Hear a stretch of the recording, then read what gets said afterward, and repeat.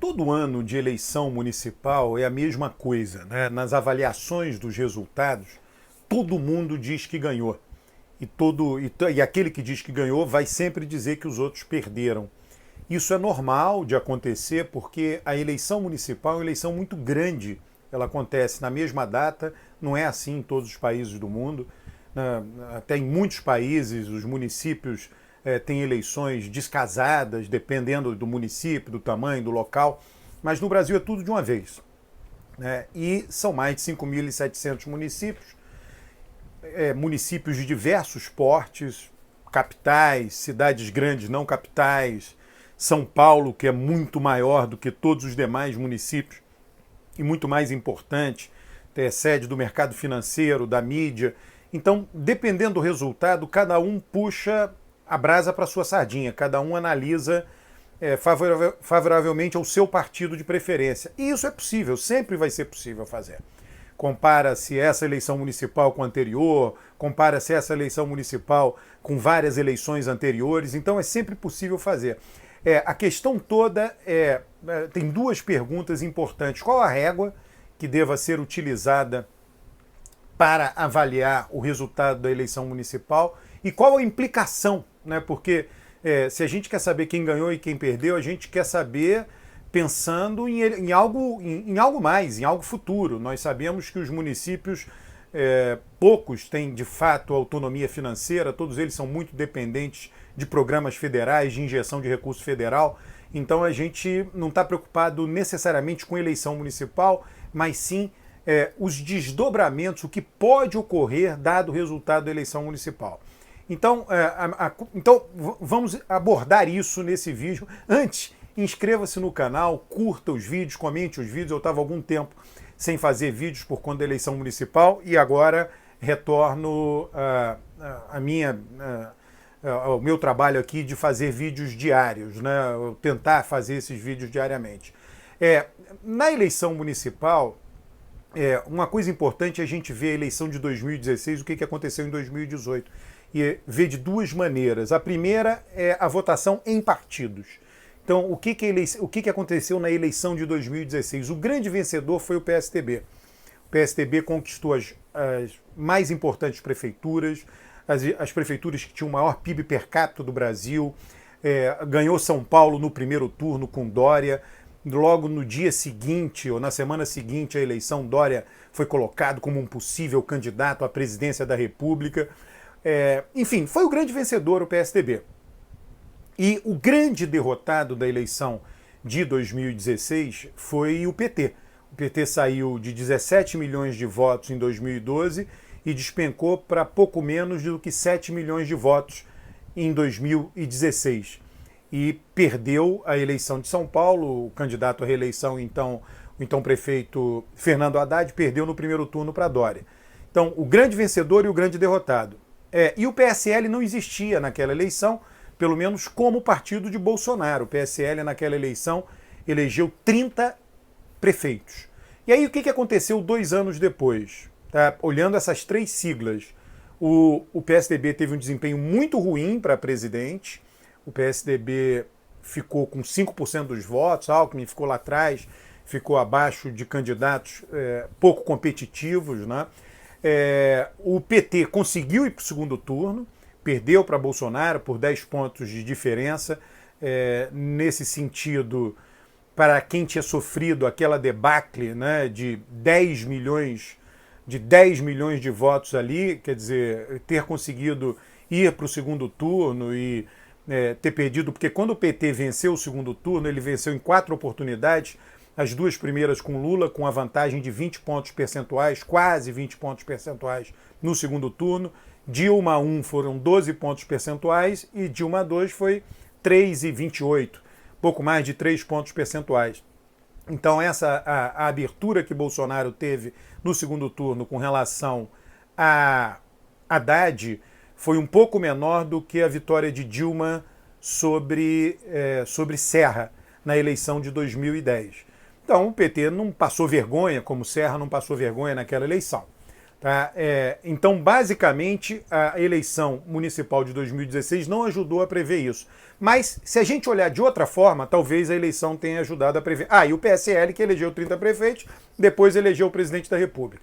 Olhando por sigla, 2016 não foi útil para prever 2018. Porém, olhando os votos dados, né?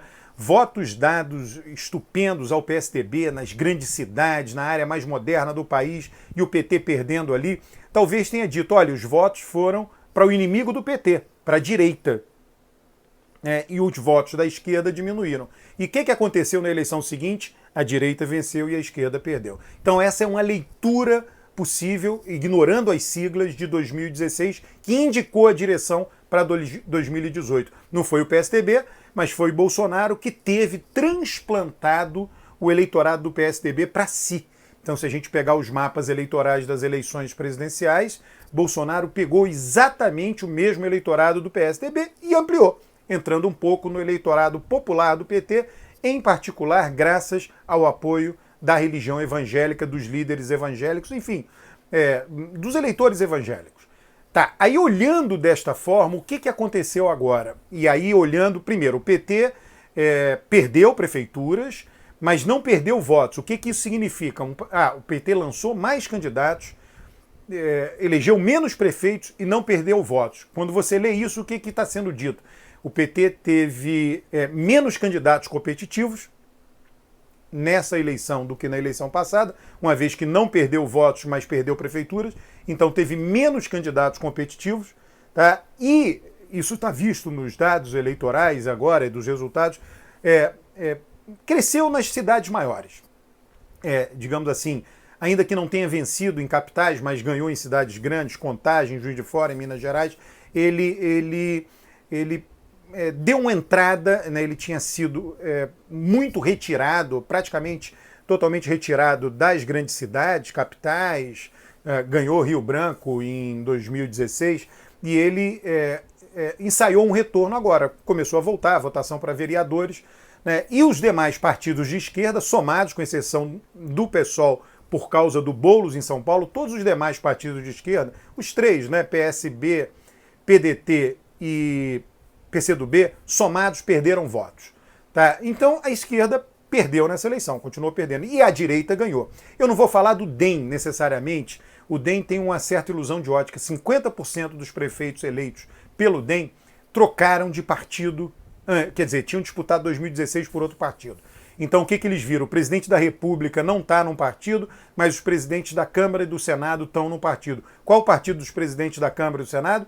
DEM. Então eu vou para lá. Então essas figuras boas de voto em seus municípios mudaram de partido, proporcionando o aumento da votação do DEM e um aumento do número de prefeituras conquistadas pelo DEM. Tá? Então foi isso que aconteceu nesta eleição, com o DEM. A soma de votos, eu fiz isso, a soma de votos de DEM, PS...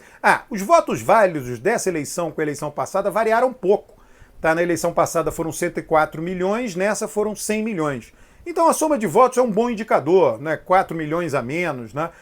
Então quando você soma PSDB, DEM, PP, MDB e PSD, que é uma direita mais para o centro, mais moderada, a direita não Bolsonaro, não bolsonarista, não espalhafatosa, né? Mais racional de um modo geral, eles tiveram uma determinada votação em 2012, cresceram para 2016, os votos válidos de 12 foram 105 milhões, praticamente igual ao de 2016, 104 milhões, e aí depois caíram em 2020. Então eles ficaram estáveis, né? A votação de agora desses partidos somados é muito parecida com o que eles tiveram em 2016. Então quem cresceu, né? Se a esquerda perdeu, esses partidos não variaram muito, né? Quem cresceu? Cresceu a soma de republicanos, Podemos, Patriotas, PSC, esses partidos, republicanos principalmente, teve um crescimento brutal. Então a direita cresceu nessa eleição, em cima de votos da esquerda. Se isso sinaliza alguma coisa para daqui a 2 anos, é isto. É uma sinalização semelhante, né, à que aconteceu em 2016.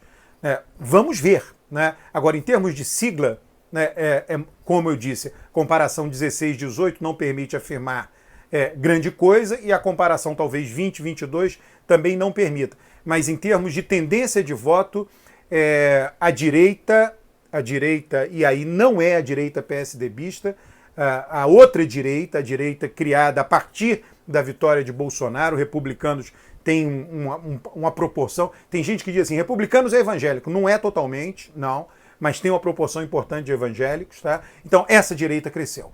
Se isso significa alguma coisa para daqui 2 anos, falta pouco tempo para a gente ver. Um grande abraço, inscreva-se no canal, comente o vídeo, curta os vídeos.